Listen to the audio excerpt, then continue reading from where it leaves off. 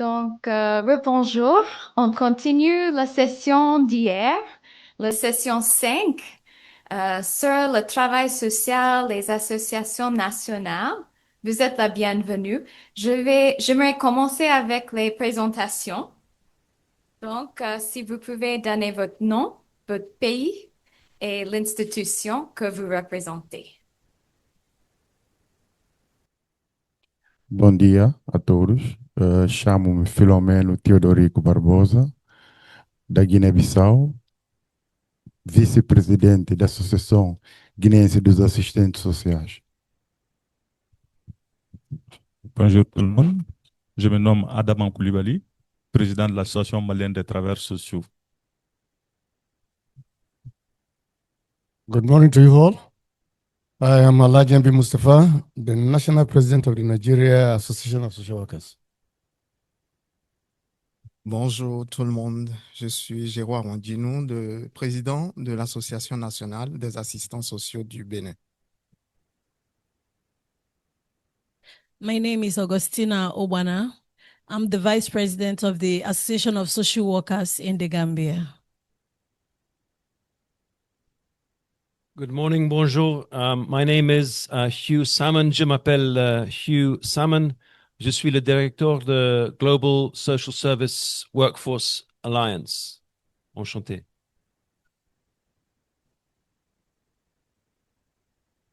Voilà, bonjour à tous et à toutes. Donc, mon nom c'est Abdoulaye Modombo. Je suis le deuxième vice-président de la Fédération sénégalaise des travailleurs sociaux et membre de l'amicale des conseillers en travail social du Sénégal. Merci. OK.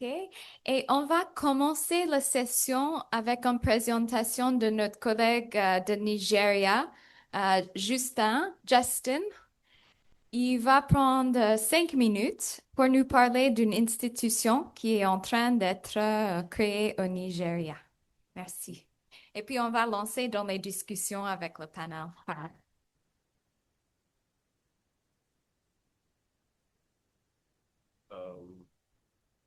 Good morning, everybody. Bonjour, everybody.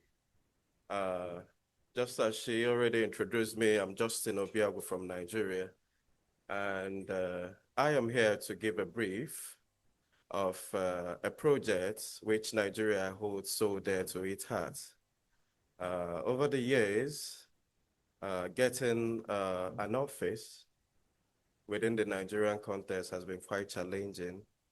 And I believe every other president here can relate to how difficult it is getting a space, a workspace within your country to call your own.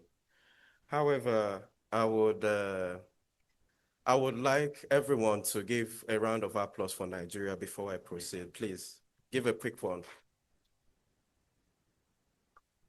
So Nigeria has been able to go as far as making the reality of owning a property come to play in the leadership of Alhaji Mashood Mustafa.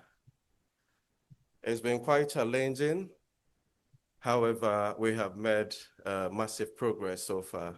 So let me take you in. Can I get the next slide, please?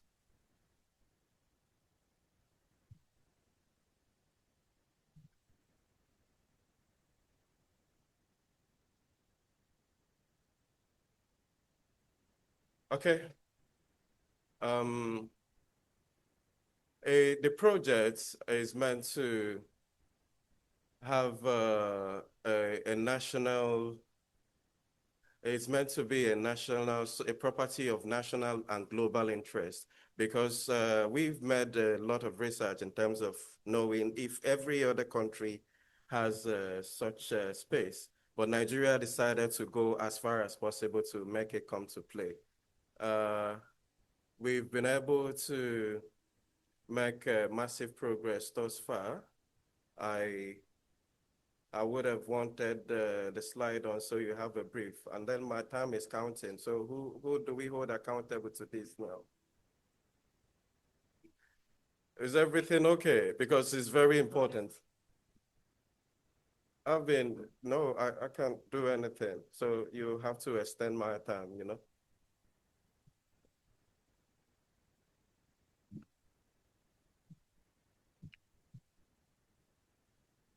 If that be the case, I would just rush in. But I had wanted everyone to see. All right, don't bother about it. I will just read through my phone and then give you the progress thus far. Okay, there we go. Can you move to the next slide, please? So this project is located in the capital of Nigeria, Abuja, just close few minutes from the airport. Alhaji Mustafa and his escorts were able to purchase a property worth millions of naira, which we will proceed on further. It has the address located there. So can we move to the next slide, please? Is it possible? Okay.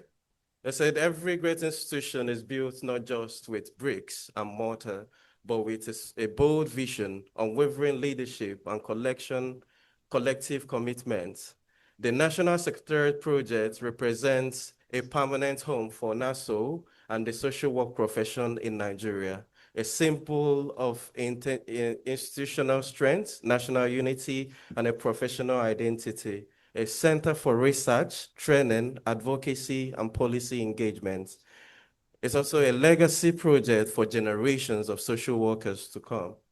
And he said, what once was a dream is now becoming a landmark reality. Can we move to the next slide, please?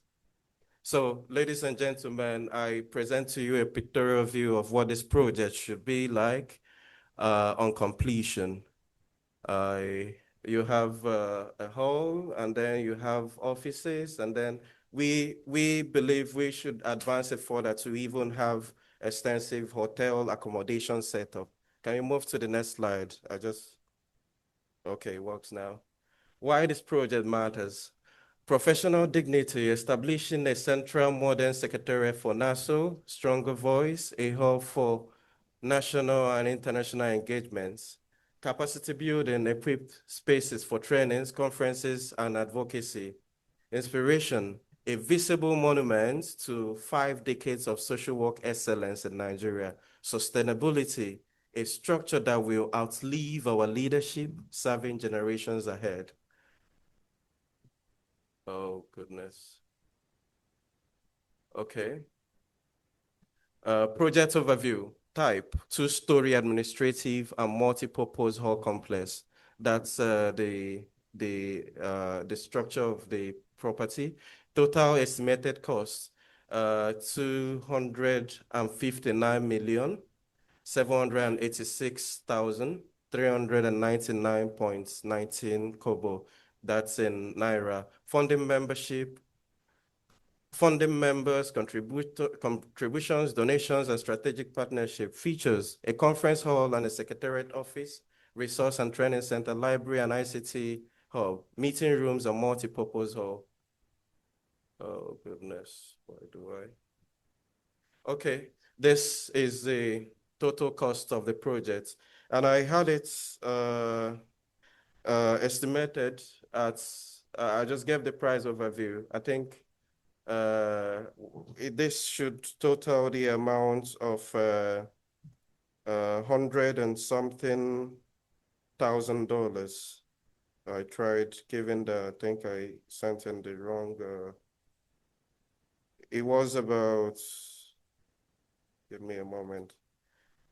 I think we can do the maths later on, but it's not up to $1 million project. So we are expecting donations from every nook and crannies of the globe, because this should be a project for the entire globe. I think having NASO to take up this task is really an interesting one. So please play a highlight video of what we've had so far. Sorry, I'm just trying to walk around time, and we are really open for extensive information on the project. So please play the brief video to show the progress of the project. I think Nigeria is really doing the much it can. He looks old, but he's never old. Very energetic, very strong and resilient. Can you give it some sound, please? So this happens to be the first phase of the project. Yeah, just for them to see the overview. This is the global. Okay, yeah, can you, is there something possible? I wanted to show a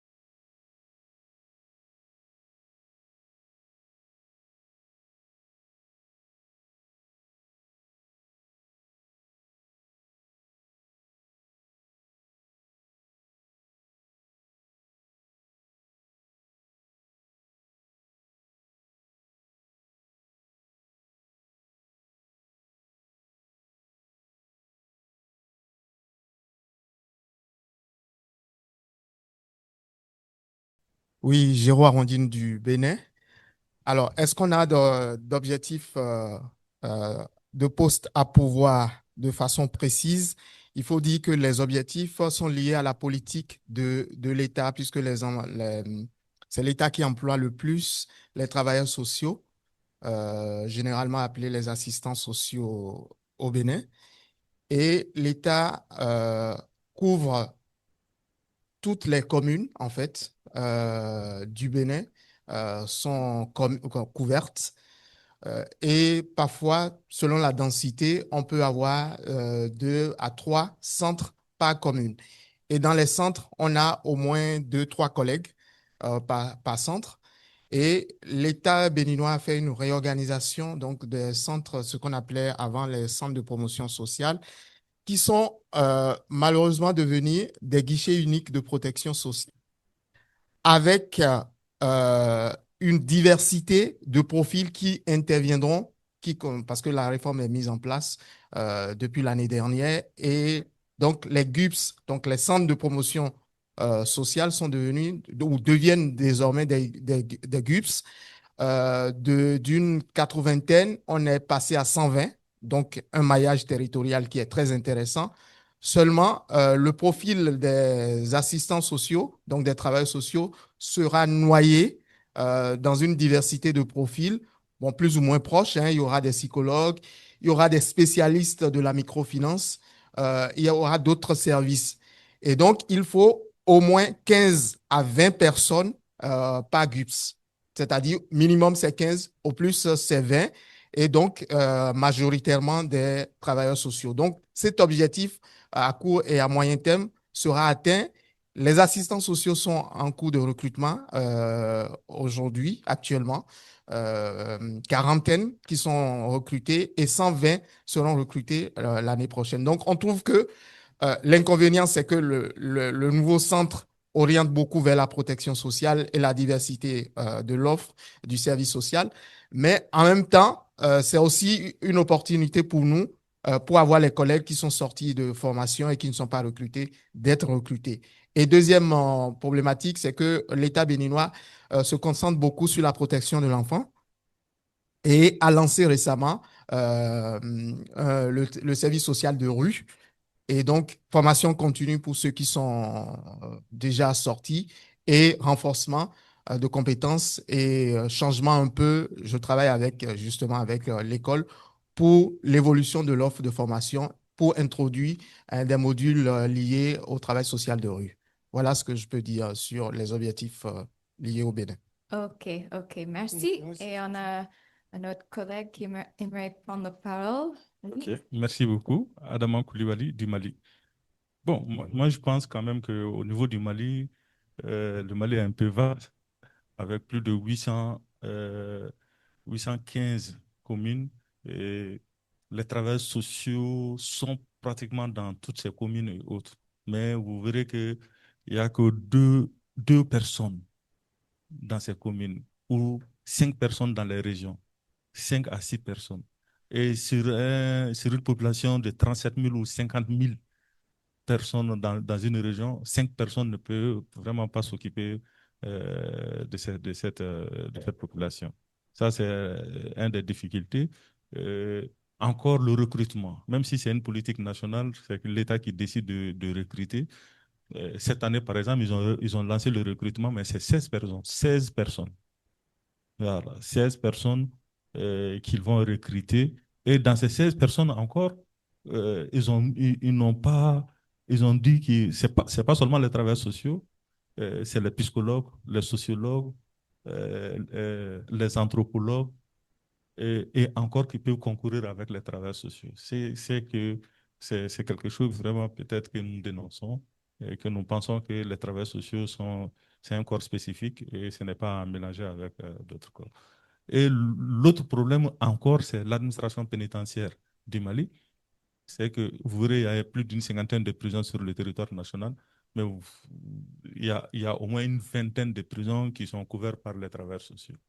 Et le reste est laissé à lui-même. Bon, nous croyons que peut-être dans l'avenir, il y aura une prise de conscience pour que l'État puisse comprendre qu'il est important aussi de recruter plus de travailleurs sociaux sur le territoire et de les déployer sur le territoire national. On forme, l'Institut national des travailleurs sociaux du Mali forme assez de travailleurs sociaux. Mais au moins, ça fait au moins une quinzaine d'années ou une vingtaine d'années que ces travailleurs sociaux, la plupart changent même de domaine pour chercher autre chose à faire. Merci. Merci beaucoup. OK, et je vais demander à notre collègue Adiola si vous pouvez mettre les réponses de Guinée-Bissau sur l'écran. On a notre collègue de Guinée-Bissau qui parle portugais, donc on va mettre en anglais et puis les traducteurs vont traduire en français aussi des réponses à certaines questions. Et nous nous excusons qu'on n'a pas pu avoir la traduction en portugais aussi. Donc, on a les réponses de notre collègue.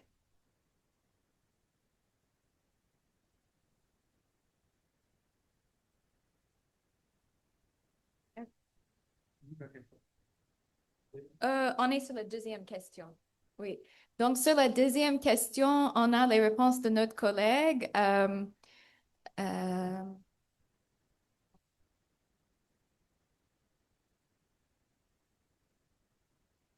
OK, donc en anglais, it's written, considering the professionals working in governmental and non-governmental institutions, there's still a very significant shortage of social workers to meet the country's needs in Guinea-Bissau. Ok. Em relação a esta questão, o país ainda tem a necessidade de mais assistente social, porque vários setores têm outros profissionais, nomeadamente psicólogos, sociólogos, fazem esse trabalho, educadores infantil. Então, o assistente social é um profissional muito elementar para dar respostas à questão social, né? Não é porque alguém fez sociologia pode substituir o assistente social. Então, o país precisa de ver e regularizar esta preocupação. Ok, obrigado. Ok, yes. So, I will try to translate even shorter.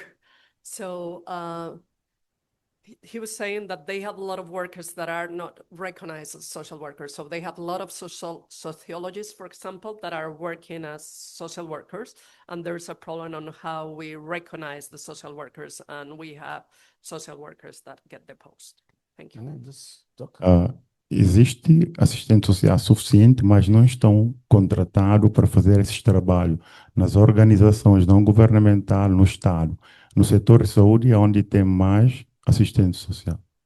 So there's a lot of social assistants, but they are not the ones that are contracted by the government or the NGOs. There's other people from other sectors that are contracted for that work. Thank you. Obrigada. Obrigado. All right. Maintenant, on passe aux troisième question. OK. Oui, et brièvement, parce qu'en fait, Oui, on c'est avait ça. le Sénégal aussi. Non, non, mais on n'avait pas parlé de chiffres quand même. Voilà, donc je précise pour le Sénégal. Tout à l'heure, je pense que votre question était très précise. Ça renvoie surtout au ratio. Et je pense qu'au Sénégal, quand même, il y a des études qui ont été faites par l'ancien professeur Moustapha Mbodj, qui disait que l'idéal serait qu'on ait un travail social pour 30 000 habitants. C'est ce qui avait conduit un peu à la mise en place des centres de promotion et de réinsertion sociale. Maintenant, si je prends le public, au niveau des 46 départements, au niveau de chaque département, on a au moins un travail social, soit au niveau de l'action sociale, au niveau de l'action éducative en milieu ouvert. Maintenant, au niveau également des collectivités territoriales, si vous prenez les 557 ou 56, nous n'avons pas des travaux sociaux partout.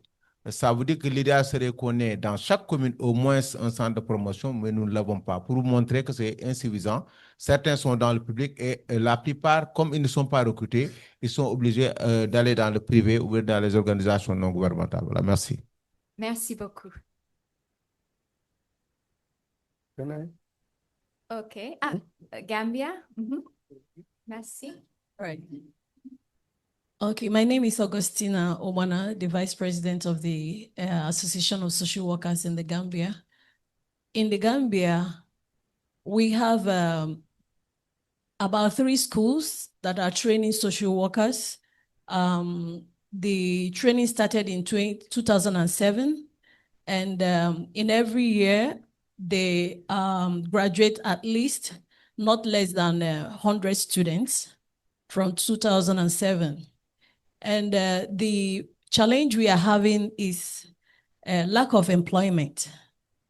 We have a lot of social workers that are there, but most of them only have the experience during their internship or field placement. But after the field placement, the institutions they are placed may not be able to retain them. So we have the Ministry of Gender, Children and Social Welfare, which is the direct ministry, the National Association of Social Workers work directly with. And this is the highest institution that employs social workers in the Gambia. At least they have not less than 10 social workers and not more than 15 for the country. So the issue of employing social workers is very, very crucial to enable the social workers practice their profession. So we have more of voluntary social workers, and in the country, the ministries cannot on their own employ social workers except it is the government decision. So we are striving. The association is striving, and recently, by the visit of the Mr. Habib, the Senegalese president, to the Gambia 3 weeks ago on the 27th of on the 7th of November 2025, we visited the vice president of the Gambia and the National Human Rights Commission, and we also visited the UNICEF. So this visit has empowered the association, and we are going to go into signing an MOU within few weeks. Let me say by January, we are going to sign an MOU with the Ministry of Gender, Children and Social Welfare, And we are going to also sign an MOU with the National Human Rights Commission, with the UNICEF. With this, we can be able to build capacity of social workers in the Gambia and make the move for the legislation, which we have spoken to the Vice President, and he's willing to support us. Thank you. Yes, can I? Thank you. Great to see that momentum. Yes, from Nigeria. Yes, Nigeria is a very big and large country with a population of about 200 million people. And we have 774 local governments, each with Department of Social Welfare. And at the state level, we have core ministries, about 5 or 6 in number: Ministry of Social Development, Ministry of Youth, for Women Affairs, local government, and etc., which are replicated at the national level. To back up this, that are aimed at producing quality social service delivery to the rural populace and the general populace of Nigeria, we have between 50 to 70 tertiary institutions offering social work courses in Nigeria, producing social workers in Nigeria, which means, by implications, Nigeria has the highest number of tertiary institutions offering social work in Africa. And by implication, Nigeria has the highest number of social workers in Africa. And by implication, it means we are saturated with qualified, well-trained social workers that can man these structures that are put in place by the federal government of Nigeria. It means we are sensible to the blessing of having these structures on the ground. And regrettably, because the social workers are competing with others, large number of them are not having gainful employment. So it means by application, we are producing higher number of social workers in Nigeria, very many of them, and less than 5% of social workers have gainful employment. That is one of the major challenges we are having. And that is where we are already struggling for the constitution and the inauguration of the Nigeria Regulatory Council. Most standard training and for the profession to gain respect and recognitions, and by application to be backed by an act of parliament. Merci. Merci beaucoup. Donc, on a vraiment des expériences différentes. On a des pays qui sont très développés et aussi des pays qui ont beaucoup de momentum pour le début. Donc, ça, c'est encourageant. Vous pouvez vous partager entre vous. Donc, la prochaine question. Dans quelle mesure le rôle de travail social est-il reconnu et respecté? Donc, si vous trouvez que les responsables gouvernementaux respectent bien le travail social, il faut vous mettre debout. Si vous avez vraiment un travail social qui est bien reconnu, bien respecté par les acteurs gouvernementaux. Yes. OK. Au Bénin, oui. Au Sénégal, oui. Yes, in Benin. Yes. In Nigeria, Yes. yes. On va regarder pour... Welcome, yes. OK, donc Guinée-Bissau, avec le ministère, c'est reconnu. Adiola, vous pouvez monter un peu. OK, merci, vous pouvez s'asseoir. OK, par les autres professionnels, comme les médecins, les enseignants, les autres professionnels, est-ce qu'ils reconnaissent bien? Est-ce qu'ils respectent le travail social dans votre pays? Les autres professionnels. Si oui, vous vous mettez debout. OK. Oui, il y a des réponses qui sont un peu comme ci, comme ça, ça dépend. OK, c'est compris. Par le grand public. Par le grand public. The population generally. Are they respecting social work? La population plus large. OK, il y a des autres comme ci, comme ça. OK. Mais en Bénin et au Sénégal, généralement, oui, c'est respecté. OK, ça, c'est encourageant. Et par les bénéficiaires, les utilisateurs des services. OK, on a une réponse de Guinée-Bissau. Merci. Em relação a esta questão, não é que a população não respeita, é que não tem informação, não tem conhecimento destes profissionais. Mas quando é atendido, quando há uma interação, é valorizado, passa a procurar os profissionais. Sabemos que não temos profissionais em todas as estruturas adequado. Nos hospitais, sim, existe tribunais, Instituto da Mulher e Criança e outras estruturas de proteção. Ok. Hello? Yes.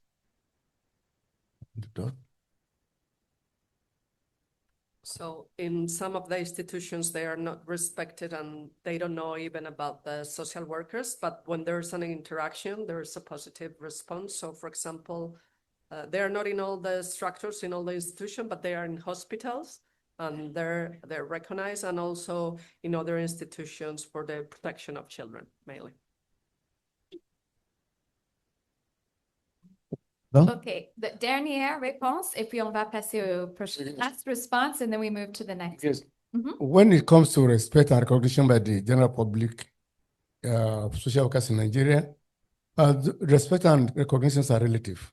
Majority of people practicing social work in Nigeria are not trained and qualified social workers. So we are commonly seen doing the wrong thing in the wrong way, or the right thing in the wrong way, or the right thing in the wrong way. So, and that is where we are craving, that struggling that this profession should be regulated, so that we have square peg in square hole. And Merci, c'est un point très important. OK, donc on passe sur la dernière question de ce groupe de questions. Je ne vais pas vous donner beaucoup de temps pour répondre. Donc, la question, est-ce que la législation existe concernant les travailleurs sociaux dans votre pays? Est-ce que la législation existe?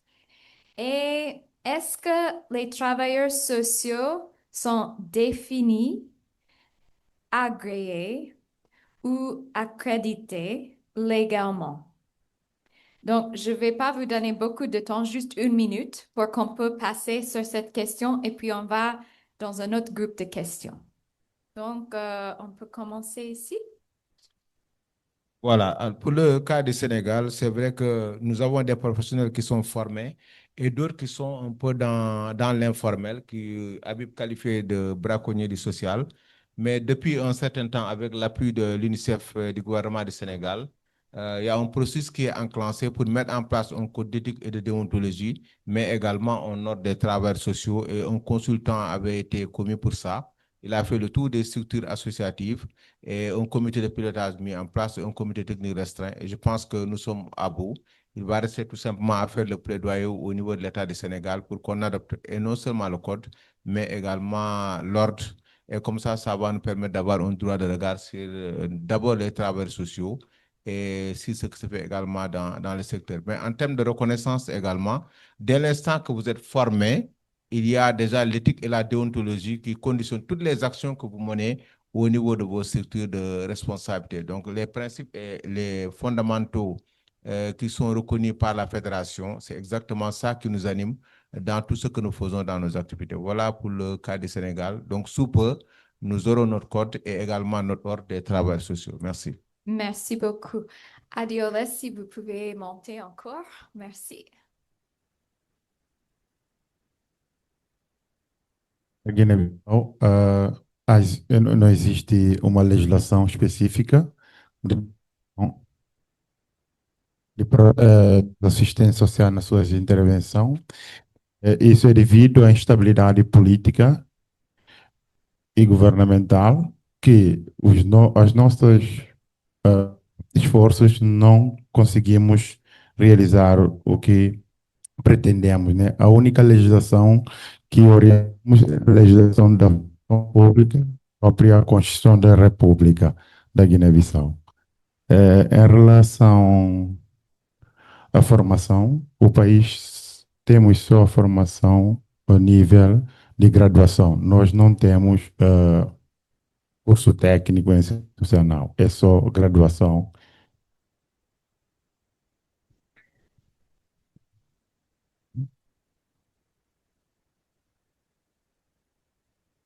Merci. Sorry, because I didn't hear so well, but I don't know a specific legislation in the case of Guinea-Bissau, and it depends mainly on government how this is going. The only legislation is the constitution. There's a school for the training, just one officially. I'm sorry because I couldn't hear well, but you have it also in the response in writing that we already translate yesterday. Thank you. Merci. Obrigado. Mali. Merci beaucoup. Le cas du Mali, il y a quelques textes qui existent. Voilà. Le code de déontologie existe, mais c'est à relire parce que c'est vraiment, ça date de trop longtemps. Et nous sommes reconnus légalement par l'État. Et nous sommes agréés légalement aussi par l'État. Nous faisons nos activités légalement et reconnues légalement par nos autorités maliennes. Merci. Nigeria. Yes, Nigeria succeeded in sending a regulatory bill, a private regulatory bill to the National Assembly, which passed through the first reading, second reading, public hearing, and third reading. And it has now been signed into law. It had become an act since 2022. All we are waiting for is the constitution and inauguration of the council. Per se, workers are acquired by the government of the Federal Republic of Nigeria because the practice is gradually going to be backed by an act of parliament when the council is constituted and inaugurated. Thank you. Bénin. Au niveau du Bénin, la reconnaissance est liée au diplôme. C'est-à-dire, vous sortez de la seule et unique école qui forme depuis 1976 et vous êtes reconnu par l'État. Depuis peu, le privé forme les éducateurs spécialisés qui ne sont pas encore vraiment reconnus et qui ne sont même pas reconnus par les pairs, par les assistants sociaux. Donc, je travaille pour que tout le monde soit englobé. Ensuite, nous avons pas un code de travail social, nous avons des lois éclatées. Par exemple, la loi sur les KPE, centre d'accueil de protection de l'enfant, au niveau de la justice, au niveau des entreprises, parce que sur un certain nombre de tailles, il faut intégrer un assistant social. Mais ces lois ne sont pas encore correctement respectées. C'est pour la plupart de nouvelles lois. Donc, des réformes sont en cours. Et nous avons enfin, au niveau de l'association, le code d'éthique et de déontologie qui marche plus ou moins bien. Merci. Gambia. In Gambia, the schools that are training social workers are recognized. And once you are trained and you graduate, you are recognized in the institutions as a social worker. However, we have no legislation, but we have some legal frameworks that are guiding social work activities. We have like the Children's Act of 2005 that are protecting the rights of the children. And recently, we also have the Disability Act of 2021, and they are also helping the people with disabilities to have, they are focusing more on inclusivity for them so that they can be able to have access to education and every right that every other citizens should have. However, we are working towards the legislation. And as I've said, the Vice President is willing to support us, and UNICEF is also willing to support us in this pursuit. And UNICEF has declared interest to help the National Association on Capacity Building. So by next year, 2026, we want to do fundamental research on the number of social workers in the Gambia. their areas of interventions or where they are working, the institutions they are working, those that are not employed. So these research and informations will enable us to strategize on advocacy for the association in the Gambia. Merci. Merci beaucoup. Donc, on va maintenant passer à notre groupe de questions et c'était inspiré par la public hier. Et c'est à propos des associations nationales de travail social. Et je pense qu'il y avait un collègue de la Burkina Faso d'hier, du panel, qui voulait nous rejoindre pour ces questions aussi. Vous êtes la bienvenue. Comme ça, on peut ajouter des collègues du panel hier s'ils veulent répondre à ces questions aussi, ils peuvent nous joindre. Donc, la première question, et certains d'entre vous, vous avez déjà répondu, ça serait une question où je vais vous demander de mettre debout. Est-ce que votre association nationale de travail social est reconnue par le gouvernement? Si votre association nationale est reconnue par le gouvernement, vous pouvez vous mettre debout. Oui, la fédération, oui. Ah, OK. Merci, vous pouvez s'asseoir. OK, maintenant, je pense que c'est une question qui intéresse beaucoup de monde parce que j'ai entendu la question plusieurs fois. Comment est-ce que votre association est-elle financée? Comment est-ce que vos activités sont financées? Donc, on va faire le tour. Voilà, merci. Donc, au niveau de notre pays, donc nous avons, je pense, la fédération qui est là, qui est une organisation fêtière et qui regroupe beaucoup d'associations. Ça veut dire que nous avons des associations reconnues, donc qui ont leur récépissé et délivré par le gouvernement du Sénégal.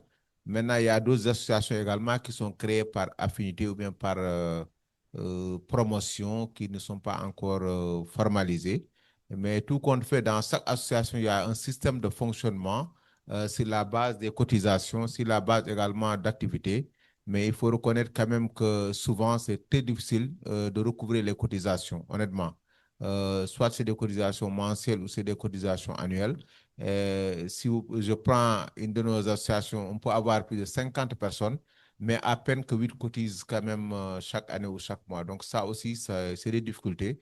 On ne peut faire recours qu'à des activités que nous soumettons parfois à des partenaires ou bien à des ministères pour nous accompagner dans ce que nous faisons. Ça, quand même, c'est difficile. Mais au Sénégal, quand même, nous sommes en train de réfléchir sous la coupole de notre président, M. Habib, pour mettre en place des programmes par rapport aux questions de handicap, par rapport aux personnes âgées, par rapport aux personnes déplacées, par rapport aux migrations, par rapport au changement climatique et au développement durable, que nous allons également soumettre à des bailleurs de fonds, mais également la fédération compte répondre à des appels à projets qui seront lancés à partir de 2026. Comme ça, cela nous permettra d'avoir des activités au niveau national. Mais comprenez quand même que les cotisations, en tout cas les amis de Habib ou bien les amis de Babalissa, vraiment ont des difficultés à sortir de l'argent.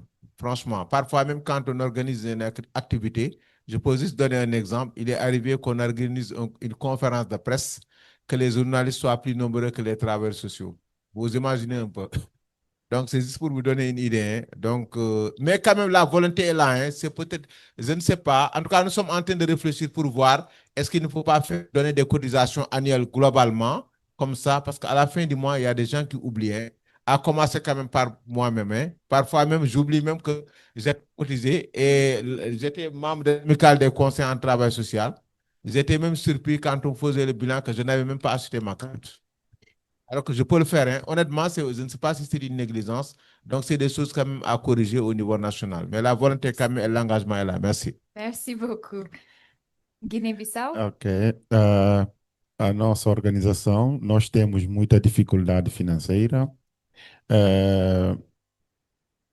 Nós, da associação, temos muita dificuldade porque os nossos colegas não regularizam cotas, pagamento de cotas anual e o nosso apoio financeiro é maioritariamente 99% Unicef, que nos apoia para realizar todas as atividades da categoria ou a intervenção social na comunidade e em outros aspectos. Tivemos também algum apoio, mas muito residual, de aldeia SOS das crianças. Obrigado.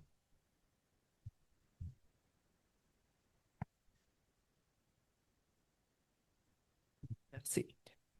So in the case of the organization has a lot of difficulties, financial difficulties, even though they make their annual budget, and they have the support from UNICEF 99% for the activities they do, like social interventions in communities and other activities, some little support from Children Village SOS. Thank you. Obrigada. Merci. Obrigado. Mali. Merci beaucoup. Au Mali, nous n'avons pas de financement. L'État ne finance pas notre association. C'est parfois en partenariat avec l'UNICEF que nous menons des activités. Voilà. Si ce n'est pas ça, on n'a pas de financement.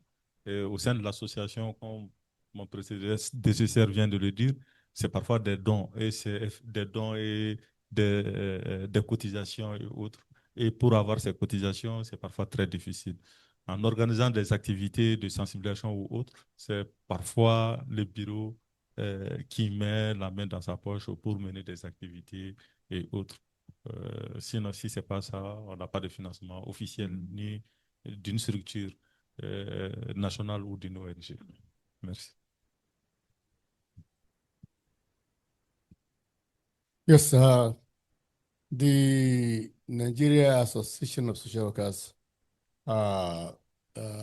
is majorly getting funds through membership, registration, and renewal of certificates. We have not been funded by the government, and then on our own, we are going far and large. The other source of getting revenue is through seminar and conferences. So I think we are okay with that for now. We don't know what will happen in future, but for today, as of today, we are not getting any funding from government. Bonjour. Bonjour.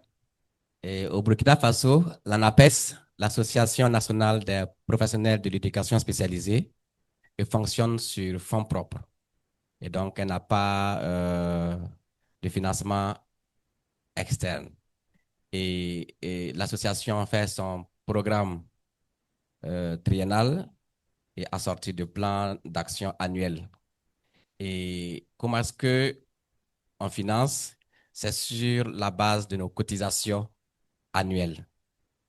Et jusque-là, les cotisations rentrent normalement parce qu'on a une stratégie de mobilisation des ressources incluses dans le programme d'activité. Et on a aussi mis en place une plateforme à travers laquelle, effectivement, on rappelle les participants, on fait le bilan, donc on met la liste de tous ceux qui ont cotisé, et généralement, quand tu vois que ton nom n'y figure pas, tu cotises. Ça, c'est la première stratégie. La deuxième stratégie aussi, nous vendons des... Comment est-ce que je peux dire? Des t-shirts. La chemise que je portais hier, la produite, c'est une chemise de l'ANAPES. Et on la vend et ça fait rentrer des ressources. Et on vend des gadgets, donc ce que je voulais dire. J'ai des porte-clés ici que je pourrais donner gracieusement à ceux qui le voudraient. Mais toutefois, s'ils me donnaient 1000 francs, je vais rapporter à la caisse de l'ANAPES. Donc, voilà comment est-ce que nous faisons pour mobiliser les ressources. La dernière, c'est les dons volontaires des membres. Donc, lorsque nous avons une activité qui nécessite beaucoup d'argent et que l'association n'en dispose pas, on fait appel aux membres Et donc, les aînés, ceux qui sont dans les grands projets, ceux qui ont les hautes fonctions, et généralement, ils contribuent gracieusement. Donc, voilà ce que nous mobilisons, nos ressources au Burkina Faso. Merci. Beaucoup. Et ça donne aux autres des idées créatives aussi. Merci. Nous sommes très preneurs des idées du Burkina Faso. Le Bénin n'est pas subventionné. De temps en temps, l'État nous appuie de façon ponctuelle. Par exemple, lorsque nous organisons notre AG, l'État peut nous donner une salle qui coûte. Donc, nous valorisons ça. Ce sont les cotisations. Nous sommes à près de 700 membres. Et quand je regarde les cotisations de cette année, j'ai fait semblant d'aller regarder. On n'est même pas 80 à avoir donné les 6 000 francs CFA par an. Donc, le taux de recouvrement des cotisations est très faible. Avant, nous faisions beaucoup de fêtes et les gens contribuaient beaucoup quand il s'agit de fêter, c'est-à-dire de faire voilà, la fête annuelle du travail social que j'ai arrêté parce que certains critiquaient en disant « nous cotisons juste pour faire la fête ». Et donc, depuis, nous faisons beaucoup de formations. Nous nous mobilisons pour les étudiants. Voilà. Et puis, on va dire, je suis fundraiser aussi, donc j'utilise cette compétence-là au service de l'association quand nous avons des projets ponctuels. Mais nous souhaitons aussi faire, donc, vendre des choses, avoir du service à forte valeur ajoutée qui va ramener de l'argent pour l'association. Merci. For the Gambia, the association has no support or funding from the government, and from the members, we are not yet asking for contributions. So the activities we have been doing is on a voluntary basis. And just like how we came here, is the UNICEF that supported us through the Ministry of Gender, Children and Social Welfare. So, but this conference for us is an empowerment to us because we've seen a lot of and heard a lot of ideas from different countries. Gambia is small, our population is small, but hopefully by next year, you people will hear about Gambia in the world. I promise you that. Yes. Thank you.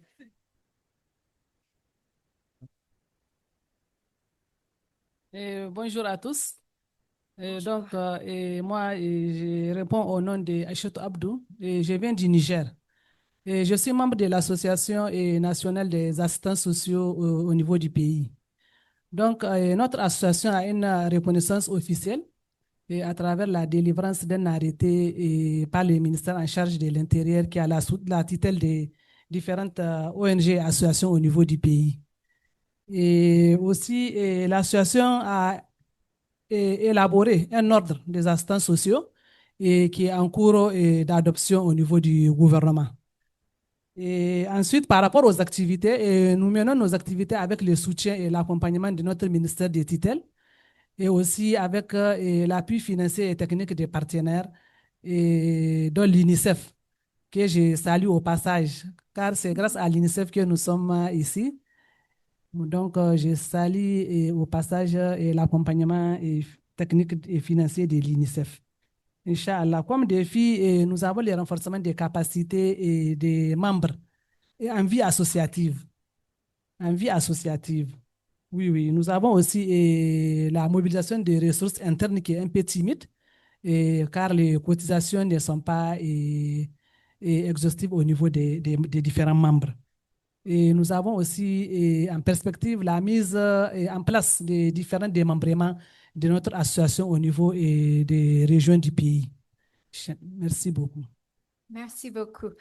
Donc, le dernier groupe de questions, c'est sur l'allocation budgétaire. Donc, ça va être, je vais vous demander de vous mettre debout encore. Donc, la première question. S'il y avait des efforts faits dans votre pays pour établir des ratios cibles, par exemple, nombre de travailleurs sociaux par 100 000 habitants, ainsi que les coûts d'emploi et de ressources pour atteindre ces objectifs.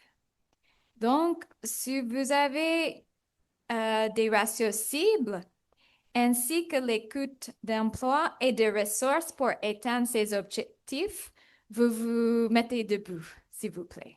Je sais que c'est quelque chose de très avancé. OK, donc on n'a pas encore ça. Est-ce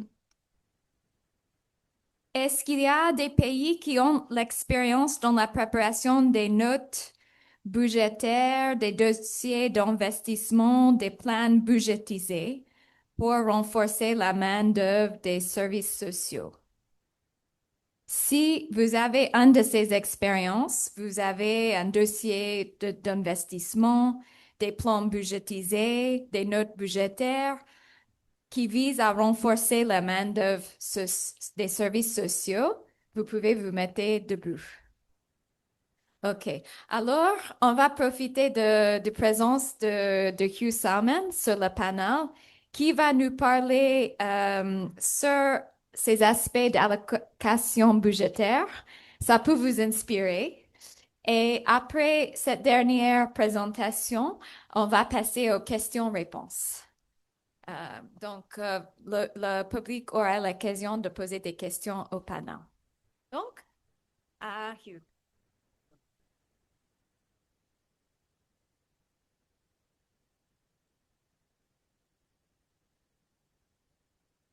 Yeah, sure.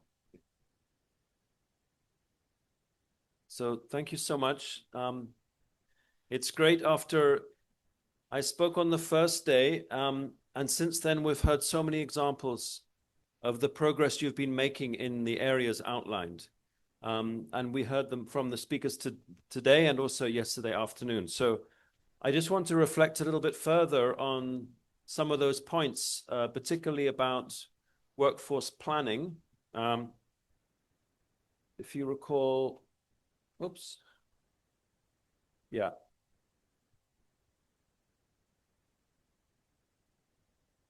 It doesn't seem to be advancing.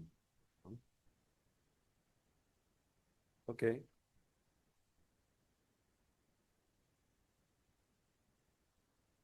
Could you advance the slides for me because this thing's not.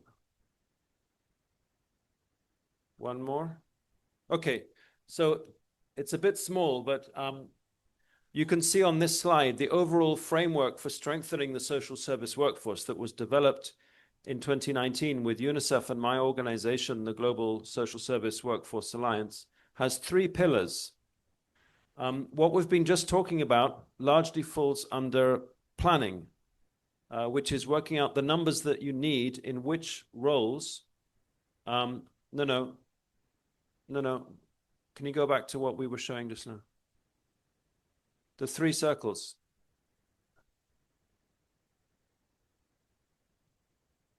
Go back. Okay, yeah, go back. Leave it on the 3 circles, please. That's it, yeah. Okay, so the other circles are developing the social service workforce through training and education. So typically, a lot of focus is on training, and we've talked about the fact that you have a good supply of social workers. 30 minutes? I don't think I have 30 minutes. I will use much less. We have a good supply of social workers. Oh, 2 minutes, right, okay. It's a big difference. It's good to get the numbers right, isn't it? That's exactly what I'm talking about.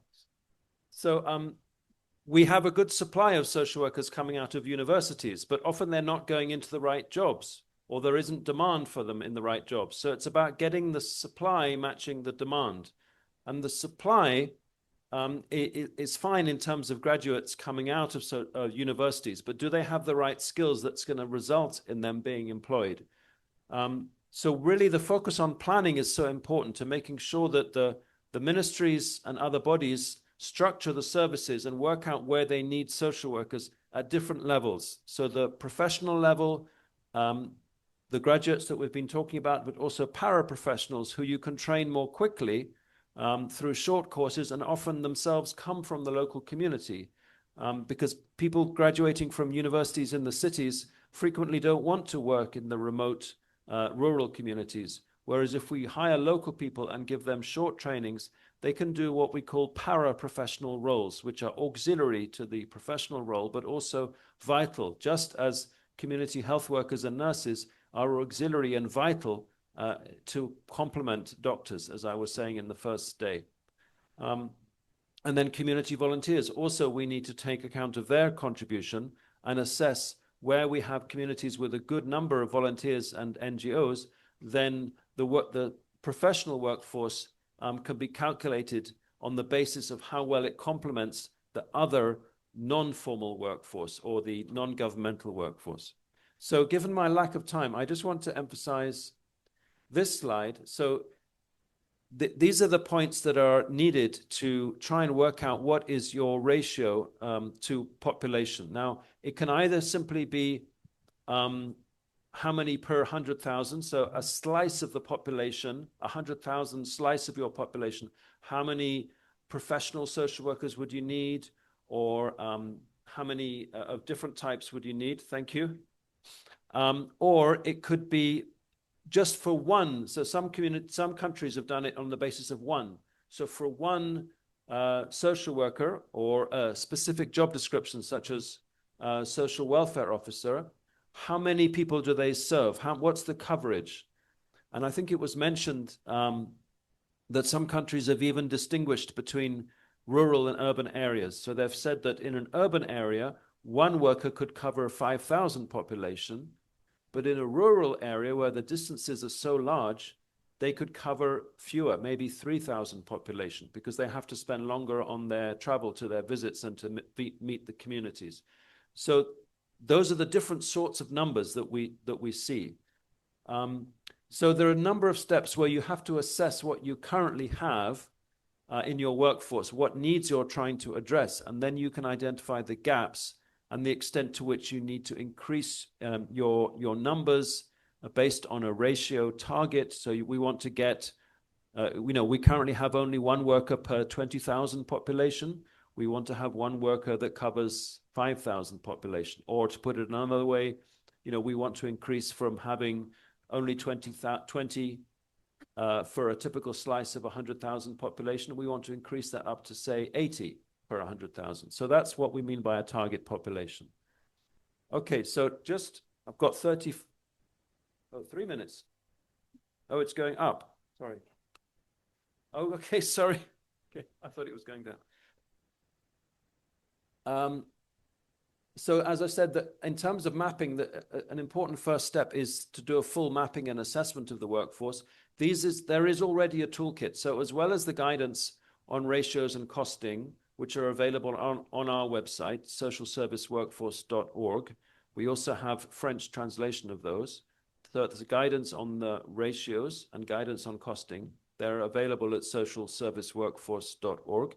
We also have a toolkit which was also developed with UNICEF, which includes everything from the terms of reference for a national leadership group, which is vital. The first stage is to have a multi-stakeholder group. We've been hearing about countries where there is multiple ministries involved and sometimes confusion as to which ministry is really responsible.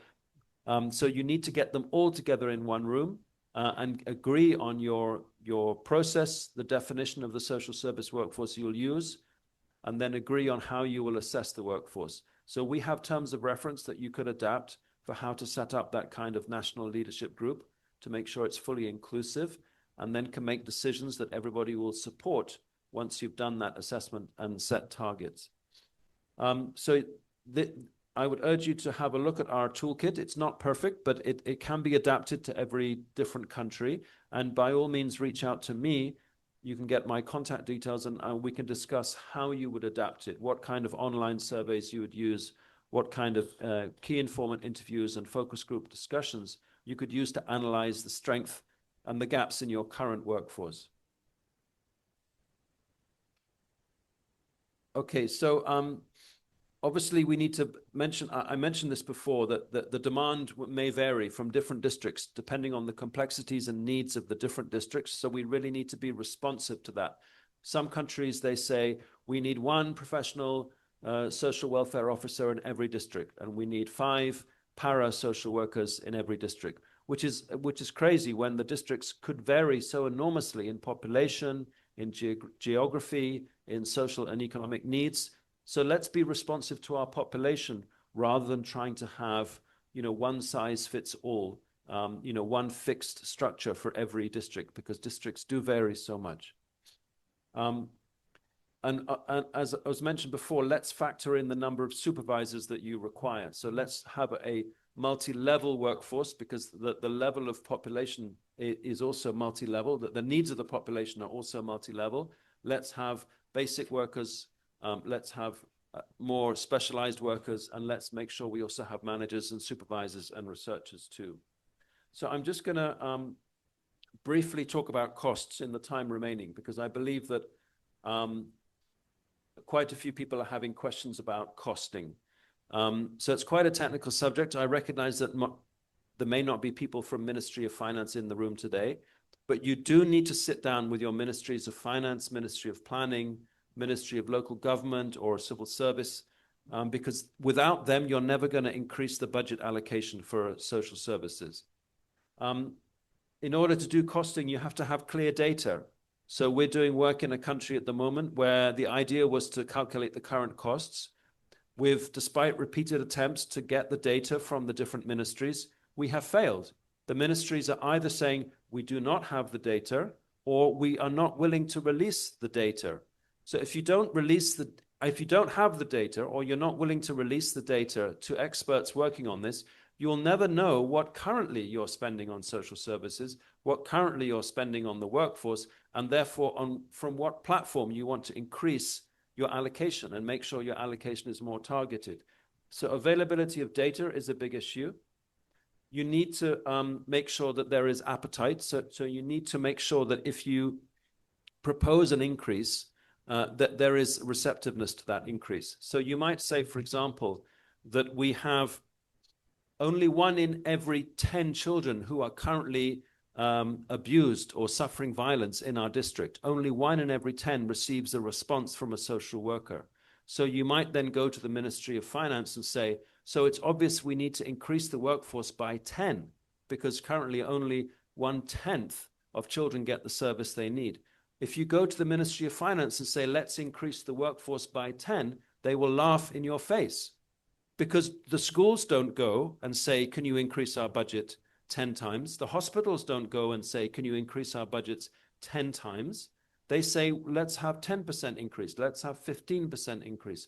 So obviously you have to ask for a realistic increase, but you have to be very evidence-based, saying we need it here because these are the districts where the needs are greatest, and this is the biggest difference. So even with a small increase, these are the kind of differences that we can make. The most crucial thing to convince the governments is to convince them that this will save them money in the long run. This is the whole point about return on investment. So it's been well established globally that investing in early childhood development, very strong studies have showed that if you invest in good quality care and education for very young children, including good quality parenting, but also good quality support that through health and education, you receive the benefits 8 or 10 times greater in the future in terms of more productive citizens, better employment, lower crime, lower rates of mental health, suicide, all sorts of things. It's the same with child protection and social services. If we invest in the workforce, we actually save by having a more productive, well-protected population who can study, achieve, and where we don't spend money on prisons and on the high cost of mental illness, divorce, family breakdown. So we need to convince ministries of finance of the business case for investing in the workforce.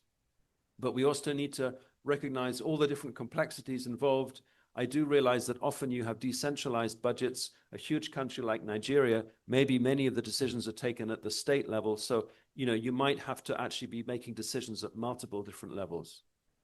Okay, so really the whole point is that you want to try and reverse the negative spiral. From the standing up and sitting down earlier on today, we were seeing some positives and some negatives. Yeah, we are seeing some places where there are still low standards and low respect, but we are seeing good signs of better recognition, better standards, and that in turn will drive good students into the universities. It will make sure that we get good graduates from the universities, but even more so, it'll make sure that the public at large, who currently don't understand us and don't respect us, will respect social work as a profession and will want social workers to help and empower their families and communities. Okay, thank you so much.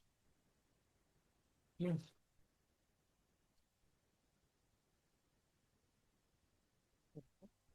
Merci beaucoup, Hugues, et merci au panel. Donc, maintenant, on passe aux questions-réponses. Donc, si vous avez des questions dans la public.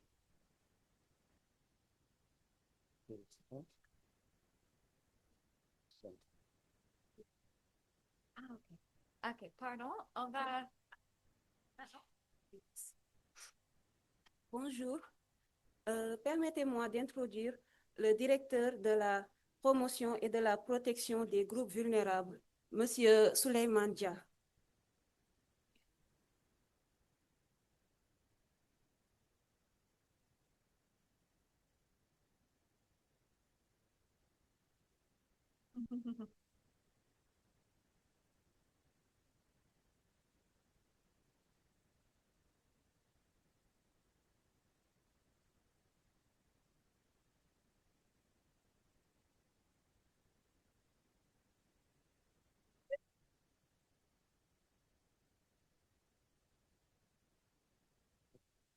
Merci et bienvenue au directeur. On est en train de parler du travail social et la gouvernance des associations nationales. On a entendu les différents cas des pays qui sont ici représentés sur le panel. Ils ont partagé leur expérience, les défis, les réussites. Et maintenant, on passe au public pour la session questions et réponses. On a, je pense, 20 minutes et après, on va passer aux pauses. Merci. Yes. Just one quick comment. Please, please, please don't ever stop advocating for professionalism in social work. We all must always think about moving forward. Our administration has said to us recently that they want to deprofessionalize where social work has come in the US. And this has implications on funding across the board, education, and growth of social work. So it's really important that you continue to advocate for us to move forward. Our National Association of Social Work took us very far over the last 20 years. We have many schools, we have many social work standards and licensures that are being implemented that have improved the life of the profession. So I beg you, please always advocate for growth, better education, better standards of social work across the board.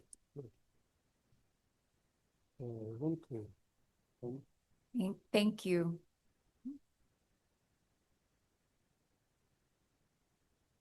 Voilà, merci. Bonjour à tout le monde. Voilà, moi je voudrais, à la suite de mon collègue Mbow, contribuer par rapport à certaines questions qui ont été posées. D'abord, par rapport au nombre, y a-t-il un nombre suffisant de travailleurs sociaux dans votre pays? À ce niveau-là, je pense que mon collègue a répondu oui. Certes, oui, parce qu'il y a beaucoup de travailleurs sociaux qui sont formés, mais en réalité, qui peinent à être recrutés pour vraiment pouvoir servir aux populations. Mais si je me réfère plus particulièrement aux éducateurs spécialisés, le constat est que aujourd'hui, il y a un nombre très insuffisant d'éducateurs spécialisés. Parce que lorsqu'on parle de prise en charge, les normes internationales disent un éducateur pour 7 enfants. Alors qu'aujourd'hui, le Sénégal est presque à un éducateur pour près de 50 enfants, ce qui pose quand même un réel problème. Maintenant, par rapport au respect et à la reconnaissance des travailleurs sociaux, là également, c'est un avis personnel peut-être, mais pour la reconnaissance, je dis oui, mais pour le respect, je dis non. Parce que tout simplement, lorsqu'il s'agit d'élaborer en tout cas les politiques sociales, on constate une faible implication des travailleurs sociaux, ce qui pose quand même problème, et que lorsque les travailleurs sociaux doivent exécuter cette politique sociale, pour laquelle ils n'ont pas été impliqués lors de l'élaboration, il y a des soucis. Également, par rapport au non-respect également, il y a un autre point que j'ai souligné, notamment l'insuffisance du recrutement. Donc, il y a une quasi-existence du recrutement des travailleurs sociaux aujourd'hui dans la fonction publique sénégalaise. Souvent, le quota est juste limité au maximum à 20 éducateurs et 20 travailleurs sociaux, ce qui est quand même un problème réel par rapport à l'utilisation des travailleurs sociaux. Et le dernier point par rapport au non-respect, c'est le traitement salarial. Parce que nous avons, par exemple, j'ai juste pris le constat à partir de l'éducation surveillée, quand nous avons des assistants sociaux, des travailleurs sociaux spécialisés en protection de l'enfant, mais si on compare les salaires, vraiment, l'éducateur est beaucoup mieux payé que le travailleur social. Là aussi, c'est des inégalités dans le traitement quand même qui persistent au niveau de la fonction publique sénégalaise. Et enfin, le système de financement. Je voudrais revenir par rapport aux associations. C'est vrai qu'il y a des problèmes par rapport au recouvrement des cotisations, comme l'a souligné Mbo. Mais pour le cas des syndicats, quand même, il y a un système de check-off où la cotisation est coupée à la source. Le syndicat légalement constitué, légalement reconnu, demande au ministère des Finances un code destinataire qui lui permet de couper la cotisation des membres à la source sur le salaire. Peut-être les autres associations pourront s'inspirer de ce système de financement-là pour pouvoir recouvrer correctement les cotisations. Je vous remercie. Merci. Nous allons prendre trois interventions de plus et je vous demande de rester dans 1 minute. Comme ça, on peut passer au panel. Merci beaucoup. Je félicite les panélistes. J'ai 3 petites préoccupations. Au regard de tous ceux qui viennent de s'exprimer et tous ceux qui viennent d'être présentés, on a l'impression qu'on a une similarité de préoccupations en ce qui concerne les travailleurs sociaux dans pas mal de pays africains, à savoir le problème de recrutement et le maillage territorial. Je voudrais poser la question aux panélistes. Selon eux, qu'est-ce qu'ils pensent qu'on peut faire pour aussi reconnaître et valoriser ce travailleur social ou le travail social dans nos pays respectifs? La deuxième préoccupation est que c'est plutôt un commentaire. Est-ce que après cette valorisation, cette reconnaissance, n'y a-t-il pas un intérêt à harmoniser les curricula de formation? Parce que si vous vous rappelez, nous avons tous dit que nous sommes au centre du développement social et économique de nos États. On est au devant et on va être en arrière parce qu'on nous recherche quand il y a les difficultés. Mais je dis, on est aussi en arrière juste dans le sens positif, en rappelant que même quand il y a de bonnes choses, c'est-à-dire que quand vous n'êtes pas en difficulté, on peut avoir des gens qui vont être dans la dérive parce qu'ils sont dans des moyens très luxueux ou bien ils sont dans des situations très préférentielles, mais ils oublient les normes, les valeurs sociétales. Donc, est-ce qu'on ne pourrait pas voir harmoniser les curricula et en se basant sur nos valeurs locales? La dernière question est beaucoup plus peut-être, je le dis, peut-être personnelle. Je voudrais savoir, j'ai entendu après les exposés, sur les exposés qu'il y a pas mal de PhD et puis de doctorats en travail social qui se font. En dehors du Canada, y a-t-il des pays africains ou des universités africaines qui reçoivent ou qui peuvent recevoir des potentiels candidats en travail social? Et si pour le doctorat en travail social, et si oui, y a-t-il la possibilité de le faire à distance? Voilà mes préoccupations. Merci. OK, on prend les dernières 2, s'il vous plaît. Et essayez de rester dans 1 minute. Voilà, merci. Moi, je prends la parole pour réagir globalement sur les différents sujets, notamment sur l'expérience de notre ami du Bénin, qui a parlé un peu d'une initiative privée de formation d'éducateurs spécialisés, ce que je trouve fort intéressant, parce que dans notre pays, le Sénégal, voilà, moi je suis du Sénégal, je m'appelle Cheikh Sidi Assow, je suis éducateur spécialisé. Donc, dans cette formation d'éducateurs spécialisés, nos pays, en tout cas le Sénégal, forment juste pour des besoins d'administration. Par exemple, la formation au niveau du centre de formation judiciaire est prévue pour une cohorte bien définie qui sera recrutée à la fin de sa formation et quel que soit le besoin, ils se limiteront à ce nombre. Et chaque année, on essaie d'entretenir cette cohorte, une cohorte pour pourvoir aux besoins des services nationaux de protection de l'enfant. Au niveau de l'NTSS, par exemple, c'est un autre ministère qui absorbe des nombres assez réduits de travailleurs sociaux, ce qui est fort insuffisant au niveau national.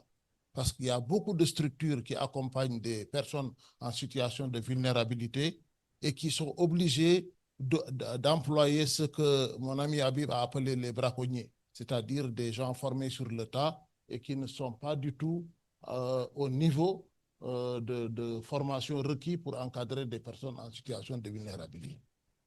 Face à ce constat, il y a eu une initiative de travailleurs sociaux.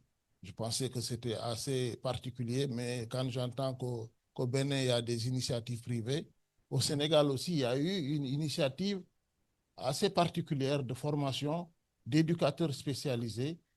Et ce choix a été fait par des éducateurs spécialisés, des travailleurs sociaux, des universitaires, des experts en matière de protection, et qui ont mis sur pied depuis 2024 l'école nouvelle en éducation spécialisée.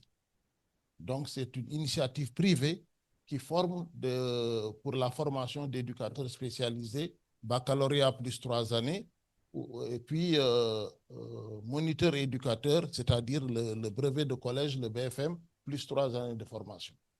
Et cette école est reconnue par l'État du Sénégal à travers le ministère de l'Enseignement supérieur, de la Recherche et de l'Innovation.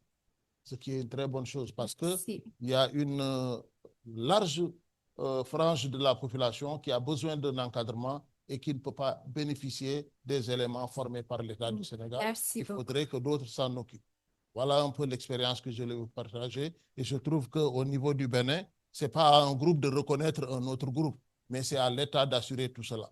J'aimerais bien discuter avec vous sur ça, et peut-être aussi avec notre ami du Burkina qui est dans l'Association nationale des éducateurs spécialisés. À tout à l'heure, cher ami. Merci. OK, c'est la dernière intervention.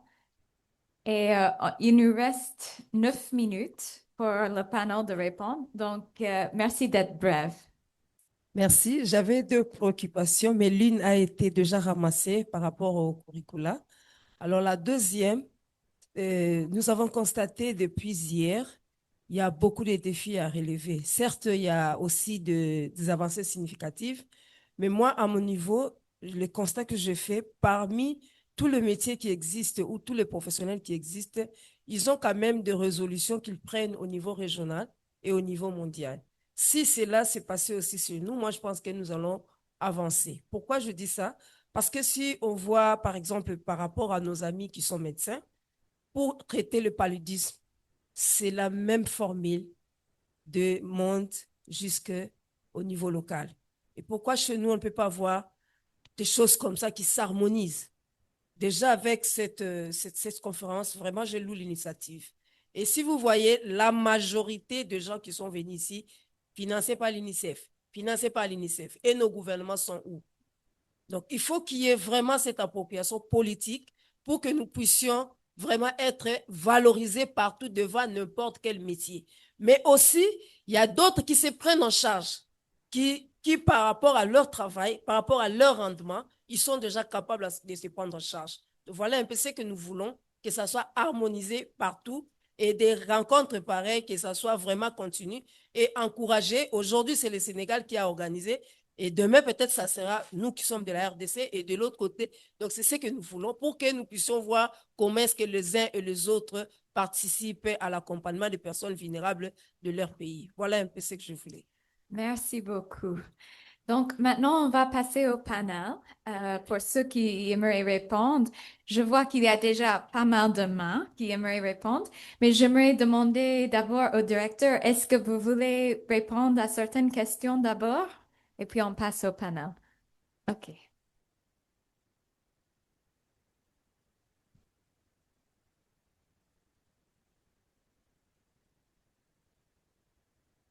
Merci beaucoup, Madame la modératrice.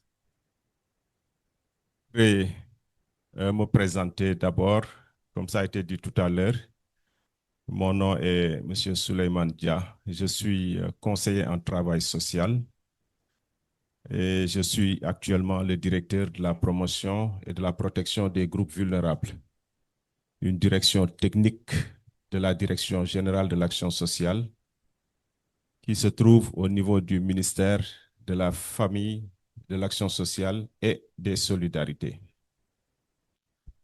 Je voudrais dire tout simplement que je suis très satisfait de l'organisation de cette conférence régionale déjà en terre sénégalaise et francophone pour dire que c'est un grand défi qui a été relevé. Par rapport à ça, je voudrais féliciter tous les organisateurs de cette conférence régionale, mais aussi magnifier les retrouvailles de la grande famille des travailleurs sociaux ici en terre sénégalaise, comme vous le savez, pays de Teranga. Et j'espère que pour toutes les délégations qui sont au niveau du Sénégal, que votre séjour a été très bien ou bien a été magnifique. Donc, sur ce, je voudrais vraiment, merci beaucoup quand même d'avoir permis d'avoir ce retour-là. Dire tout simplement que par rapport à ce panel, c'est vrai que je n'ai pas suivi la présentation des différents panélistes, mais me réjouir quand même de venir pour pouvoir participer au nom de la Direction générale de l'action sociale. J'avais voulu le faire depuis le premier jour, mais comme vous le savez, il y a eu un conflit d'agenda qui a fait que je n'ai pas pu être là au début de la conférence, parce que c'est ma direction qui organisait la Journée nationale des personnes âgées du Sénégal, qui a été célébrée le 27 novembre dans une région qui est au centre du Sénégal. Me réjouir et dire tout simplement que tout ça, ça rentre dans le cadre des activités de cette conférence parce que ce sont les travailleurs sociaux qui ont été au devant pour pouvoir encadrer une de nos cibles vulnérables. Maintenant, revenant sur ce panel, normalement, je devais être là hier dans l'après-midi pour modérer ce panel, mais comme vous le savez, voilà, je n'avais pas pu, donc j'ai tenu quand même à être là ce matin pour partager tout simplement l'expérience du Sénégal sur la gouvernance des associations, mais sur ce que l'État est en train de faire pour encadrer tout ce secteur. Sans nul doute, mon collègue et directeur des études de l'École nationale des travailleurs sociaux a pu le faire dans son panel, mais aussi, je vois des collègues, le collègue Baba Lissa, qui est là, qui a pris la parole tout à l'heure pour partager un certain nombre d'expériences du Sénégal. Mais relativement à ce panel, dire que le Sénégal, quand même, a accompagné l'ensemble des associations de travailleurs sociaux pour aller vers l'élaboration d'un code de déontologie des travailleurs sociaux du Sénégal. Mais aussi la mise en place de l'Ordre national des travailleurs sociaux du Sénégal. C'est un travail qui a été entamé en 2022 avec une première étude sur l'état des lieux du corps des travailleurs sociaux de manière générale, ce qui a donné vraiment un résultat extrêmement important qui a fini par donner une recommandation phare qui était l'élaboration du code de déontologie, mais aussi de mettre en place un ordre national des travailleurs sociaux. Ce travail a été fait de manière participative mais inclusive. Comme vous le savez, au Sénégal, nous avons une particularité d'avoir une grande famille avec les éducateurs spécialisés, n'est-ce pas, les aides sociaux, les assistants sociaux, les travailleurs sociaux, les conseillers en travail social, etc. Et pour la première fois au niveau du Sénégal, avec cette expérience, on a eu la possibilité de pouvoir rassembler toute cette famille de travailleurs sociaux pour aller vers, n'est-ce pas, une chose que tout le monde a trouvé extraordinaire, c'était de nous organiser pour pouvoir défendre notre corporation et avoir peut-être un interlocuteur qui puisse peut-être défendre la corporation auprès des autorités de ce pays-là. Donc, le travail a été fait, ça a été validé techniquement au mois de septembre dernier et tout ce package de livrables a été transmis, n'est-ce pas, au secrétariat général du gouvernement qui doit recevoir d'abord ces documents parce que pour le code d'éthique et de déontologie, ça doit être validé par un décret du président de la République. Et pour ce qui est de l'Ordre national des travailleurs sociaux, ça doit être adopté à l'Assemblée nationale à travers une loi. Donc, pour dire tout simplement que tout ce travail extrêmement important a été fait, n'est-ce pas, avec l'ensemble des travailleurs sociaux. Et aujourd'hui, les livrables sont transmis au secrétaire général du gouvernement qui doit circulariser tous ces documents au niveau de l'ensemble des départements ministériels clés qui sont intéressés par ces documents avant de recueillir les observations pour les retransmettre au niveau de la commission technique de la primature pour que ces documents puissent passer en Conseil des ministres et éventuellement au niveau de l'Assemblée nationale pour que le président de la République puisse adopter le décret qui met en place le code de déontologie et au niveau de l'Assemblée nationale pour la loi qui va instituer l'Ordre national des travailleurs sociaux. C'est ce que je voulais dire dans un premier temps. Maintenant, pour ce qui est des questions, je pense qu'il y a des collègues avec qui nous avons évolué pendant longtemps qui ont déjà apporté un certain nombre de réponses par rapport aux questions qui avaient été posées. Je vous remercie encore une fois de plus et vous félicite vraiment pour tout ce travail important qui a été abattu. Je vous remercie. Merci beaucoup.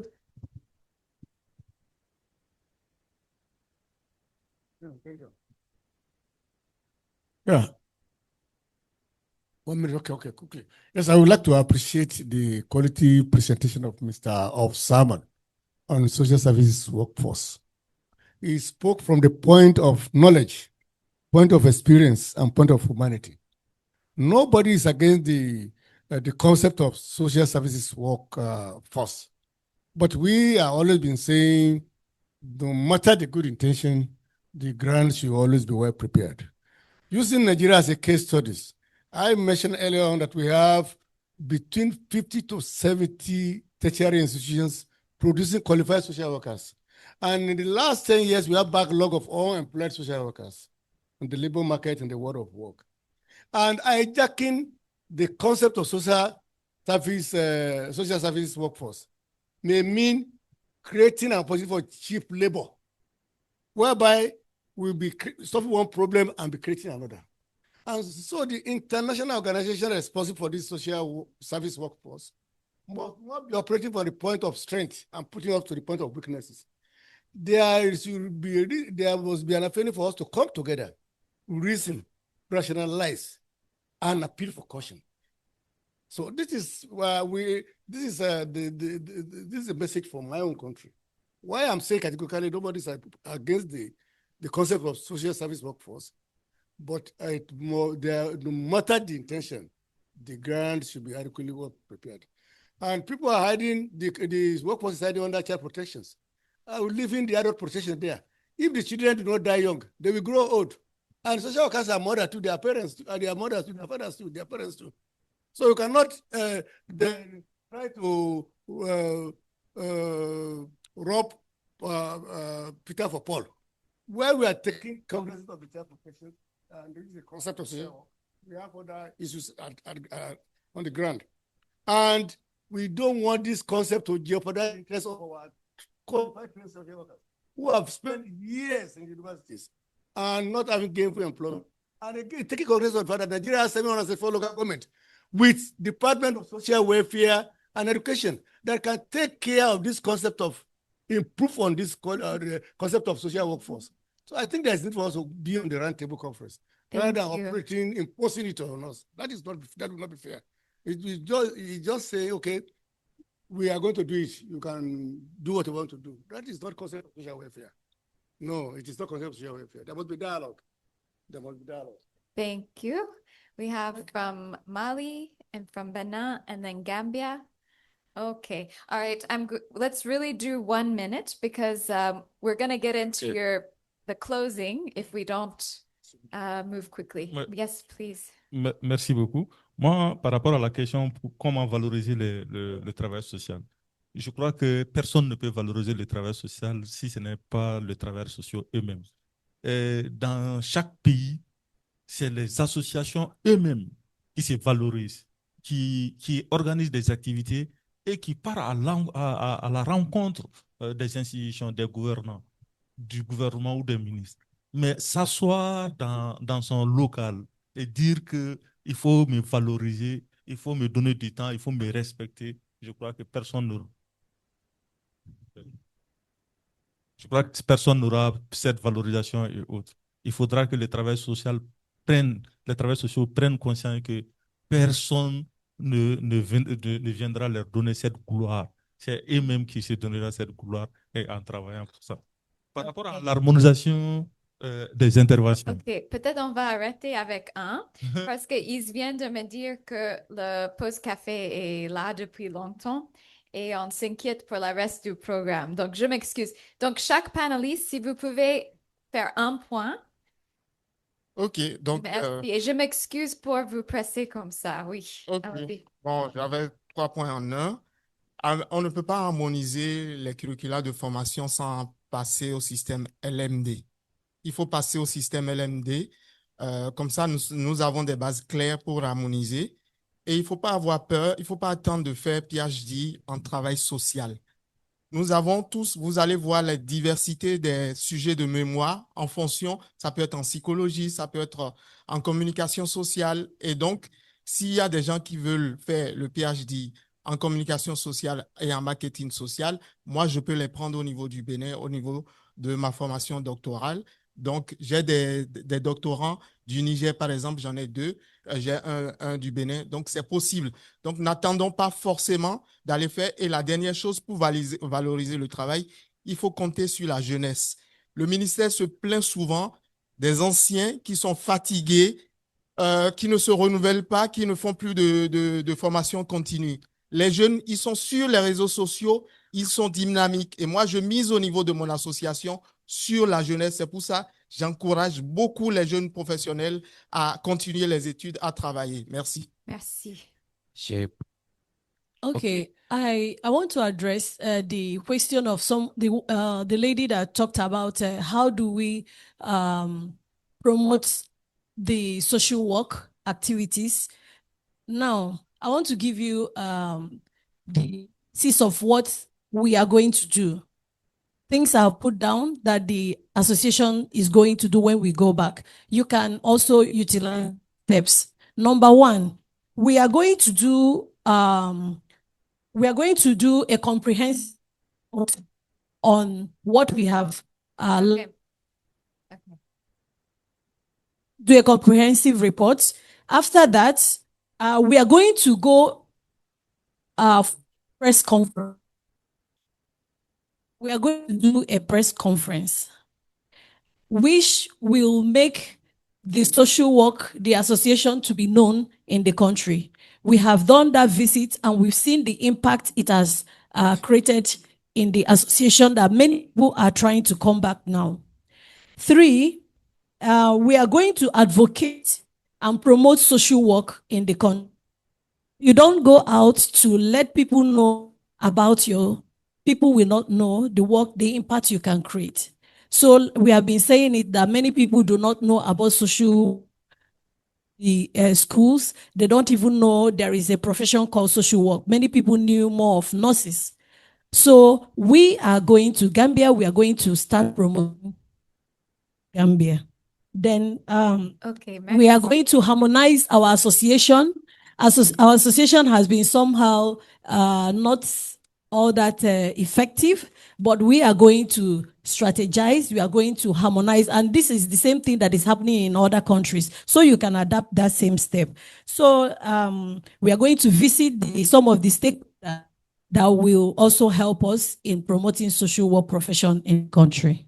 Okay. Voilà, en 1 minute, hein, moi je vais juste 1 minute pour dire que par rapport à l'harmonisation des curricula de formation, je pense que mon collègue du Bénin l'a dit, c'est-à-dire il y a un facteur favorisant, c'est le basculement de toutes ces écoles-là vers le STEP LMD et un peu le respect des principes de Bologne en la matière. Et je pense que cette conférence nous a servi de prétexte pour nous rencontrer, toutes les écoles nationales qui sont là. Nous avons commencé à partager sur nos modèles pédagogiques et on voudrait étendre ça aux autres écoles pour qu'on puisse lancer également un processus au niveau de l'Afrique pour qu'on ait quand même cette idée d'harmonisation. Merci. Merci. Dernière intervention de Burkina et Oui. on va fermer. Merci. Oui, c'est par rapport à la valorisation du TS. Et comme a dit mon ami du Mali, c'est la qualité du TS. Et au niveau de l'ANAPES, on fait de la formation comme notre cheval de bataille. Et on aime dire à nos membres, pour qu'on te respecte, il faut que tu sois efficace sur le terrain. Il faut que tu sois professionnel sur le terrain. Mais aussi, tout en respectant le code de déontologie, d'éthique et de déontologie. Et comme m'a dit mon voisin, il faut valoriser les aînés. Et chez nous, il faut valoriser plutôt les jeunes. Et chez nous, on mise sur les aînés pour pouvoir former les cadets. Et c'est pour là qu'au niveau de l'ANAPES, on a institué une activité, le café de l'aîné, où les jeunes sont coachés par les anciens. Et ça leur aide à être efficaces sur le terrain.